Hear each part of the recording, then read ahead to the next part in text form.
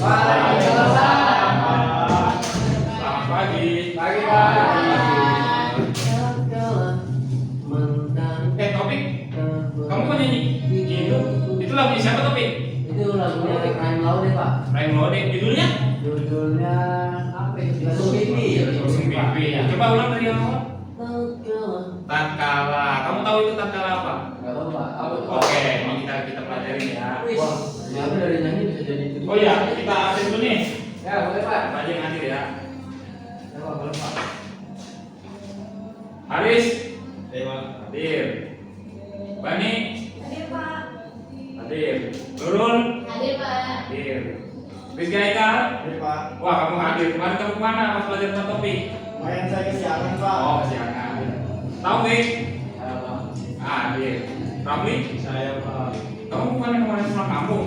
Oh, udah pulang, Pak. Pulang, kami pulang. Kamu ini kantoran, Pak, dia, Pak. Oh, di kantoran. Ya, itu doang. Doang di sini Pak ya. Di metro ke atas, Pak. Artam, Saya, Pak, itu, Pak. nah, kamu nggak pulang? Saya nggak pulang kampung besok aja lah. Nah, kamu cerita doang kok. Jangan gitu lah, Pak. Oke, kita harus masuk materinya ya. Oke, belajar apa sih, Pak? Ini, Pak. Iya, Pak, belajar apa? Ini berkaitan dengan yang kamu nyanyi Taufik. Tatkala. Tatkala. Apa ya? Apa itu?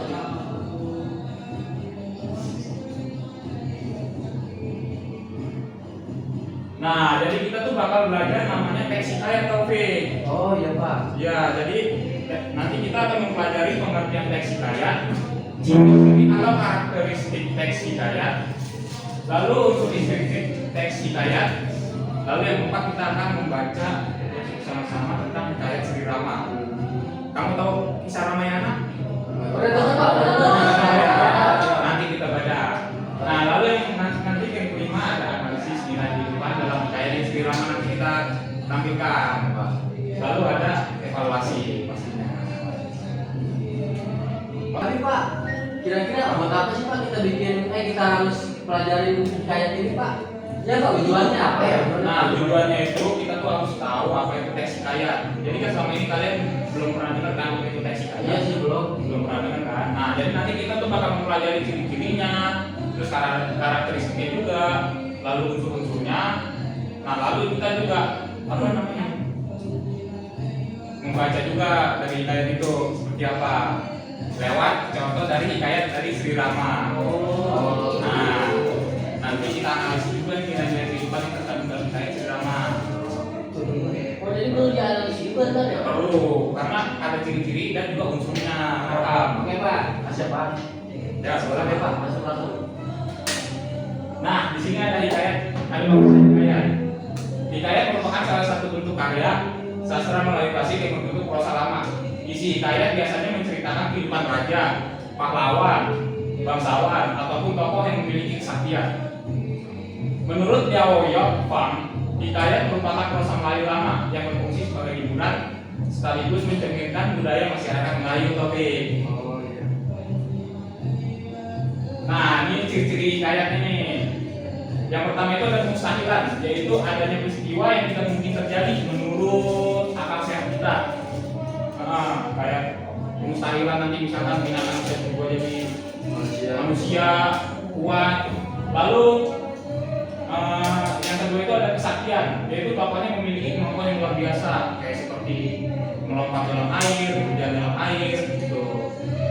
Nah, yang ketiga itu ada istana sentris, yang artinya itu cerita yang terkandung dalam hikayat itu tuh berada di lingkungan kerajaan. Istana sentris. Nah, menggunakan bahasa arkais, yaitu bahasa Melayu lama yang seperti Alkisa, Syahdan, Harta, Arakian, Sebermula. Nah, yang tadi kamu nyanyi Topik yang tatkala itu termasuk menggunakan bahasa arkais tersebut. Berarti, Pak, hikayat itu termasuk ke dalam cerita fiksi, Pak? Cerita fiksi, benar. Ada lagi yang mau tanya? Berarti cerita khayal dong. Iya, khayal bisa disebut cerita khayal juga. Karena kan, apa namanya, adanya tuh peristiwa yang tidak mungkin terjadi menurut akal sehat kita. Nah, kadang juga ada cerita dari mulut-mulut gitu, kan diturunkan apa pakai tulisan gitu. Berarti penyebarannya secara lisan gitu ya Pak? Ya, berupa karangan juga seperti karangan Sri Rama. Kamu tahu Abu Nawas? Oh iya, Pak. Abu Nawas. Nah, ya itu juga termasuk. Pak, Ya. kan di situ ada menggunakan bahasa arkais ya. Nah, Apakah mungkin sebuah hikayat itu tidak menggunakan bahasa arkais? pastinya harus menggunakan bahasa arkais. Iya benar arkais. Soalnya itu tuh sastra Melayu klasik. Jatuhnya itu klasik. Bukan sastra modern. Oke, terima kasih Pak. Lanjut. Boleh Pak. Paham kita mah. Nah, selanjutnya itu ada unsur intrinsik. Unsur intrinsik hikayat yang membangun sebuah karya sastra dalam sehingga membentuk cerita yang utuh bermakna. Unsur-unsurnya ini saling berkaitan, menyusun alur cerita, membangun karakter tokoh, serta menyampaikan pesan kepada si pembaca. Lalu dengan memahami unsur intrinsik, pembaca dapat mengetahui isi, struktur, dan juga makna yang terkandung dalam sebuah hikayatnya. Nah, di bagian unsur itu kan ingin bertanya? Enggak sih Pak. Ayo tunggu. Masih bisa dipahami lah Pak. Masih bisa. Penjelasannya jelas kok Pak. Jadi dilanjut nih. Boleh Pak, lanjut. Raffi. Tidak ada Pak. Nah, unsur intrinsik itu apa Raffi? Nah, Raffi ditanya. Unsur intrinsik itu Coba kamu baca ulang. Kamu baca hikayat kamu. yang membagikan Bangun, Raffi. membangun sebuah karya. Nah, Terus coba kamu maju. Maju, Pak. Kayaknya kamu tuh terbatas untuk membaca ya. Raffi? wah, Dia, penglihatan Pak. dia belum mulai baca Pak. Penglihatan saya Kenapa tuh enggak? kurang. Nah, di sini ada unsur intrinsiknya. Unsur intrinsik itu hikayat yang membangun sebuah karya sastra dari dalam sehingga membentuk cerita yang utuh dan bermakna seperti itu. Terus juga ada unsur-unsurnya saling berkaitan dalam menyusun alur cerita, membangun karakter tokoh serta menyampaikan pesan kepada pembaca. Gitu teman-teman. Oh, gitu Pi. Tuh, lanjut ke Raffi. Oke, kita langsung masuk ke materi selanjutnya ya. Ya Pak. Ya Pak. Iya kita. Nah, di sini nih ada ininya nih, apa namanya? Unsur-unsurnya tuh. Yang pertama tuh ada tema. Temanya itu adalah gagasan pokok atau ide utama yang menjadi dasar pengembangan cerita. Tema menjadi landasan bagi pengarang dalam menyusun peristiwa, tokoh, dan konflik sehingga seluruh isi cerita memiliki arah dan tujuan yang jelas. Lalu ada tokoh dan penokohan, merupakan unsur yang berkaitan dengan pelaku dalam cerita berserta sifat, watak, atau karakter yang dimilikinya. Melalui penokohan, pembaca dapat memahami kepribadian setiap tokoh perannya dalam menggerakkan jalannya cerita. Nah, sampai di tema dan penokohan, tokoh dan penokohan itu Bapak mau nanya, beda nggak tokoh dan penokohan ini? Beda. Samanya? Beda Pak kalau saya Pak. Kenapa? Ayo Raffi, kamu tahu nggak jawabannya? Kan kamu. Kalau tokoh itu orangnya Pak, pelakunya. Kalau penumpang sedangkan sifatnya Pak, orangnya di sifat apa? Jadi penggambarannya Iya, Pak. benar sekali. Oke. Oh betul betul. Tepuk tangan untuk Taufik. Nah, yang ketiga itu ada alur. Nah, alurnya itu tuh rangkaian peristiwanya, teman-teman, yang tersusun secara sistematis sehingga membentuk jalannya cerita dari awal hingga akhir. Alur berfungsi menghubungkan setiap peristiwa secara logis sehingga cerita menjadi runtut dan mudah dipahami. Oke, selanjutnya. Nah, ada latar. Latar itu merupakan keterangan mengenai tempat, waktu, suasana, dan kondisi sosial yang melatar belakangi terjadinya suatu peristiwa dalam cerita. Latar memberikan gambaran yang jelas kepada pembaca mengenai lingkungan dan situasi yang mendukung jalannya cerita. Lalu ada sudut pandang. Sudut pandang itu cara pengarangnya itu menempatkan diri dalam menceritakan suatu kisah. Sudut pandang menentukan bagaimana cerita dapat disampaikan kepada pembaca serta mempengaruhi cara si pembaca ini memahami peristiwa dan tokoh terdapat dalam hikayat. Nah, lalu yang terakhir itu ada amanat. Nah, amanat itu merupakan pesan atau nilai yang ingin disampaikan pengarang. Oke, peristiwa dalam cerita, amanat itu biasanya bersih ajaran-ajaran budi luhur.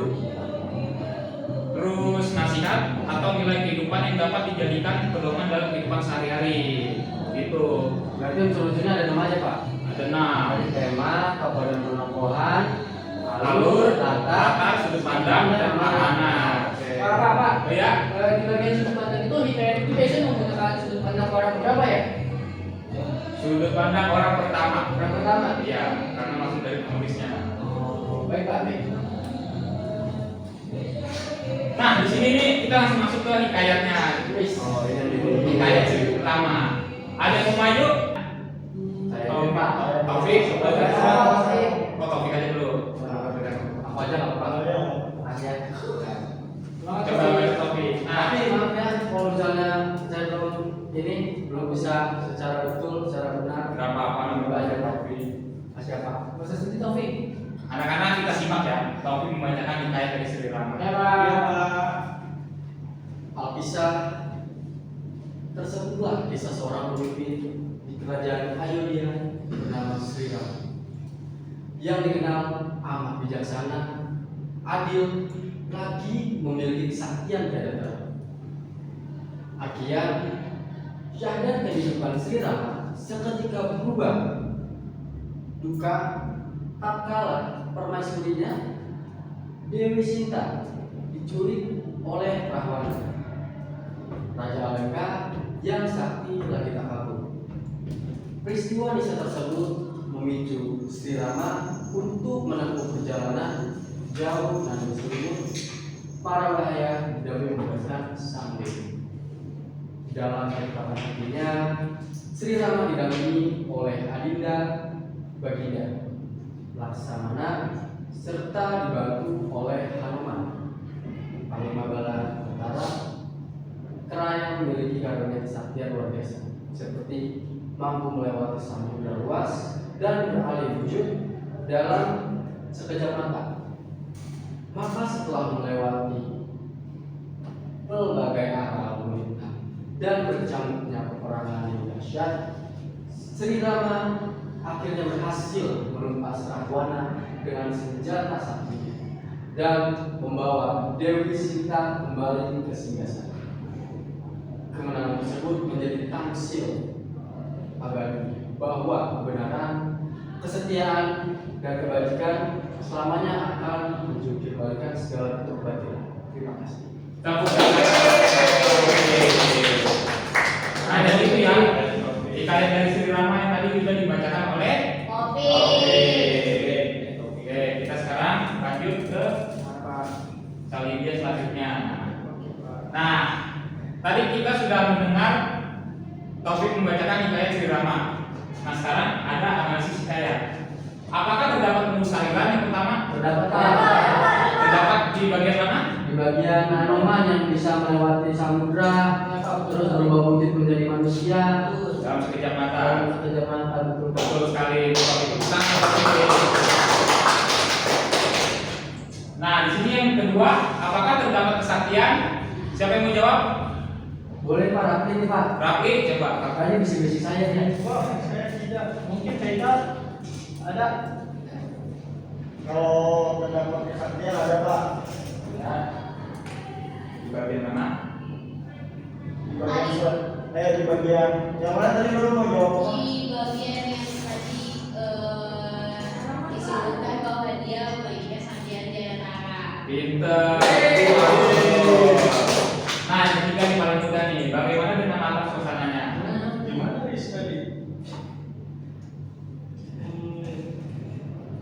Mungkin aku boleh jawab. Coba lagi. Kerajaan bukan sih Pak. Nah, kerajaannya kerajaan apa? Singosari. Bukan, satu. Balik Pak, balik Pak. Iya Pak. Iya.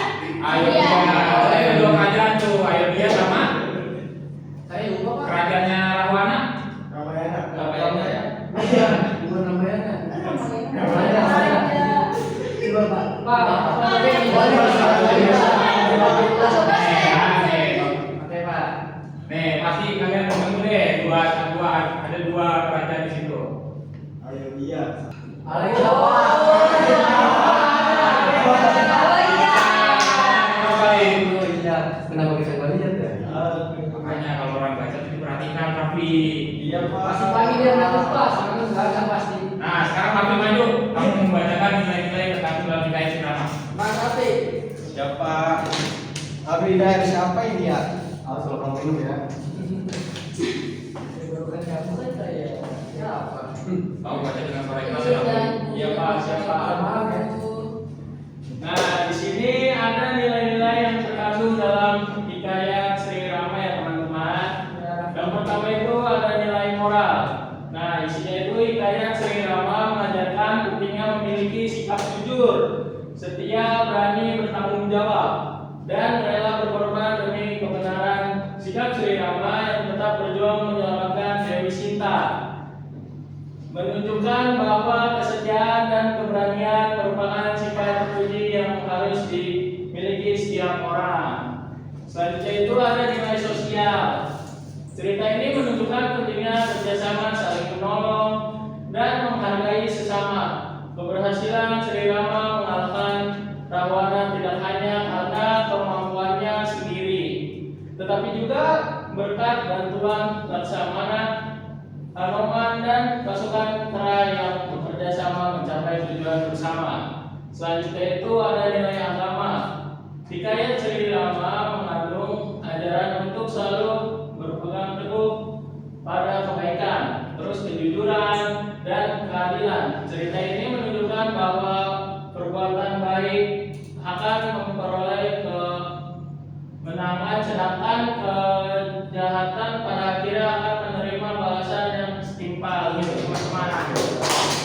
Baik, poin pertanyaan. Gimana Pak? Itu Nah. tanya nanti apa boleh jelas? Apa dia sering belajar Harus bahasa? sering membaca ya Papi. Iya Pak. Nah, terkait dalam nilai-nilai terkandung dalam hikayat si Rama, anak-anak tadi ingin bertanya, Cukup dipahami Pak. cukup ya bagaimana? Oke. Nah, sekarang ada nilai kehidupan hikayat si Rama. Bapak ingin menunjuk Aram Kenapa? membacakan nilai kehidupan hikayat si Rama. Dari mana nih Pak? Kamu maju. Oke Pak.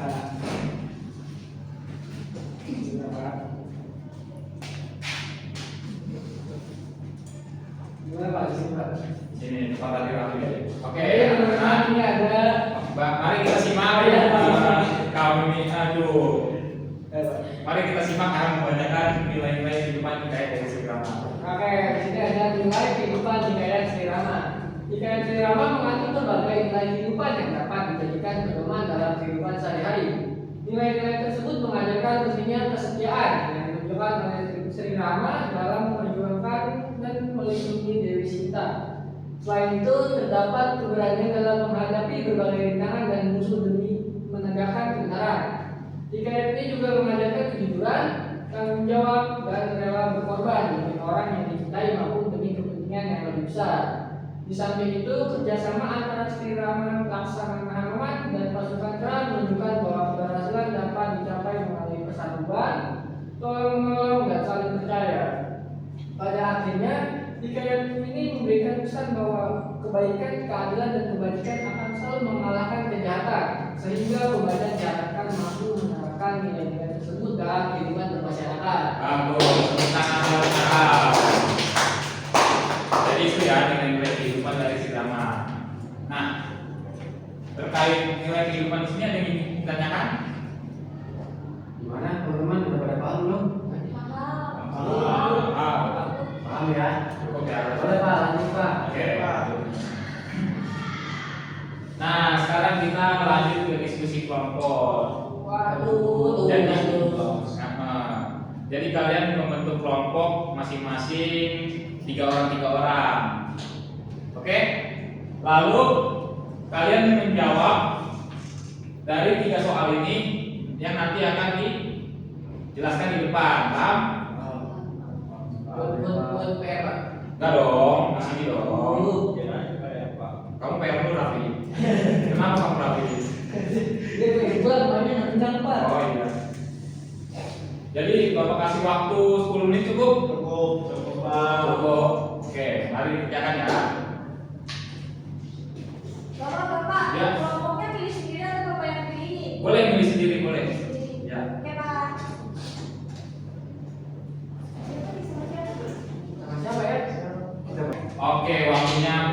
diskusi kelompok sudah selesai.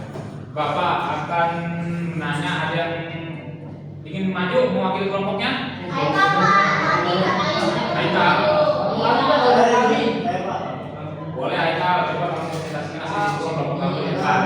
Ya, nah. Ih, topik kenanya Haikal ke depan baru presentasi. Kalau kamu aja kamu maju ya. Jangan berantem. Tapi Nurul, ya. ya Pak. Baik teman-teman, tadi ini adalah salah satu dari diskusi dari kelompok kami yang sudah kami catat di buku tulis ini.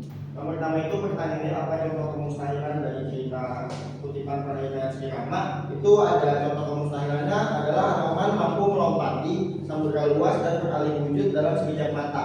Nah, hal tersebut sebenarnya itu tidak mungkin dilakukan manusia biasa menurut akal sehat. Terus yang kedua itu ada contoh kesaktian dari hikayat tersebut. Nah, yang pertama itu ada Sri Rama memiliki kesaktian tiada tara dan dapat menuntas Rahwana menggunakan senjata sakti. Selanjutnya itu ada Anoman, dia mempunyai kesaktian luar biasa, yaitu dia dapat melompati samudera dan berubah wujud dengan cepat. Nah, terakhir itu carilah bahasa arkaisnya, kata istansentris di materinya juga. Nah, kalau contoh bahasanya itu, yang pertama itu sebenarnya ada banyak, ada Alkisah, ada Kian Syahdan, Tatkala, terus ada juga Baginda, Permaisuri, Adinda, Bala, Tentara, terus berbagai, ada juga Aral Melintang, Singgasana, dan Tamsil. Nah, sebenarnya kata-kata tersebut itu merupakan dari kata-kata Melayu lama yang jarang dipakai. Selanjutnya itu kalau latarnya itu ada di terdapat pada kerajaan Ayodhya yang sudah tadi kita sebut bareng-bareng. Terus juga itu merupakan tempat Sri Rama menjadi pemimpin. Selanjutnya itu ada kerajaan Alengka di mana tempat Rahwana menjadi raja. Selain itu juga ada bagian ketika Dewi Sita dia dibawa kembali ke singgasananya. Juga menunjukkan bahwa kita berkisah pada kehidupan kerajaan dari tokoh bangsawan. Nah, betul. Boleh Haikal boleh dimulai ya. Udah paham kan sekarang? Dari hikayat Sri Rama dan juga dalam materi hikayat juga ya. Udah ada yang bisa dipahami? Ya, Pak. Bisa Pak.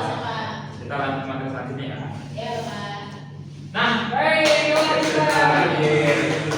jadi tinggal kesimpulannya nih. Ayo siapa yang membaca? Haris Pak. Haris, Pak. Haris. Oh boleh maju Haris. Bapak Haris, kamu habis jalan bukan naik motor? Kenapa Haris kesimpulannya kamu ya? Pak gurunya yang mana nih? Oh ya, oh. Pak gurunya yang mana nih? Ya. Baik Pak, saya dibaca kesimpulannya Pak. Ya, Bapak Haris. Kesimpulannya itu teks hikayat merupakan salah satu bentuk karya sastra Melayu klasik yang berbentuk prosa lama dan mengandung kisah kepahlawanan, sejarah maupun cerita rekaan yang syarat akan nilai-nilai kehidupan. Hikayat memiliki karakteristik khas yang membedakannya dari karya sastra modern, yaitu adanya kemustahilan, kesaktian, tokoh, latar yang berpusat pada lingkungan kerajaan, istana sentris, penggunaan kosakata arkais, serta bersifat anonim. Selain itu, hikayat juga dibangun oleh unsur intrinsik yang meliputi tema, tokoh, penokohan, alur, latar, sudut pandang, dan amanat sehingga membentuk cerita yang utuh dan bermakna. Salah satu contoh hikayat Melayu klasik adalah hikayat Sri Rama yang menceritakan perjuangan Sri Rama menyelamatkan Dewi Sita dari Rahwana dengan bantuan Laksamana dan Hanoman. Kisah ini menampilkan berbagai unsur kesaktian dan kepahlawanan yang menjadi ciri khas hikayat. Di balik cerita tersebut terkandung berbagai nilai kehidupan seperti kesetiaan, keberanian, kejujuran, tanggung jawab, kerjasama, serta pentingnya menegakkan kebenaran dan keadilan. Oleh karena itu, mempelajari hikayat tidak hanya memperkaya pengetahuan tentang sastra klasik, tetapi juga membantu kita memahami nilai-nilai luhur yang masih relevan untuk diterapkan dalam kehidupan sehari-hari. Baik, tepuk tangan untuk Haris. Baik Haris, hati-hati kakinya, kumat. Selesai. Tapi kalian jangan senang dulu. Bapak akan memberikan kalian tugas di rumah. Ingat, Bapak tugasnya ya mana? Bapak, ini nilai kamu aman nih nanti nih kalau kamu Oke. oke. Nah di sini tugasnya individu bukan berkelompok, seperti tadi. Jadi kalian harus menjawab dari 5 pertanyaan ini. Ah, Paham Pak? tapi ada gunanya dan tadi kamu ini kasih tempat sama Bapak. Bukan Di itu kuliah minggu depan ya Pak. Di pertemuan selanjutnya, minggu depan. Bapak, Ya. jangan di kertas gambar, di buku tulis. Di buku tulis saja. Kita menghemat ini pengeluaran kertas. Oke. Soal ditulis nggak Pak? Soalnya tidak perlu. Oke. Langsung jawabannya boleh. Oke, ada yang udah apa namanya? Ingin difoto dulu? Itu kan bapaknya sudah ngirim ke grup. Ya Pak, kirim ke kelas banyak. Ya udah, nanti saliniannya Bapak kirim ke grup ya. Nanti saya isi sebagian yang ini, oke? Oke. Baik, selesai sudah pembelajaran hari ini. Semoga apa yang Bapak sampaikan atau teman-teman kalian sampaikan dapat bermanfaat dan menambah ilmu bagi kalian. Amin. Bapak tutup, akhirul kalam. Wabillahi taufiq wal hidayah. Wassalamualaikum warahmatullahi wabarakatuh. Waalaikumsalam.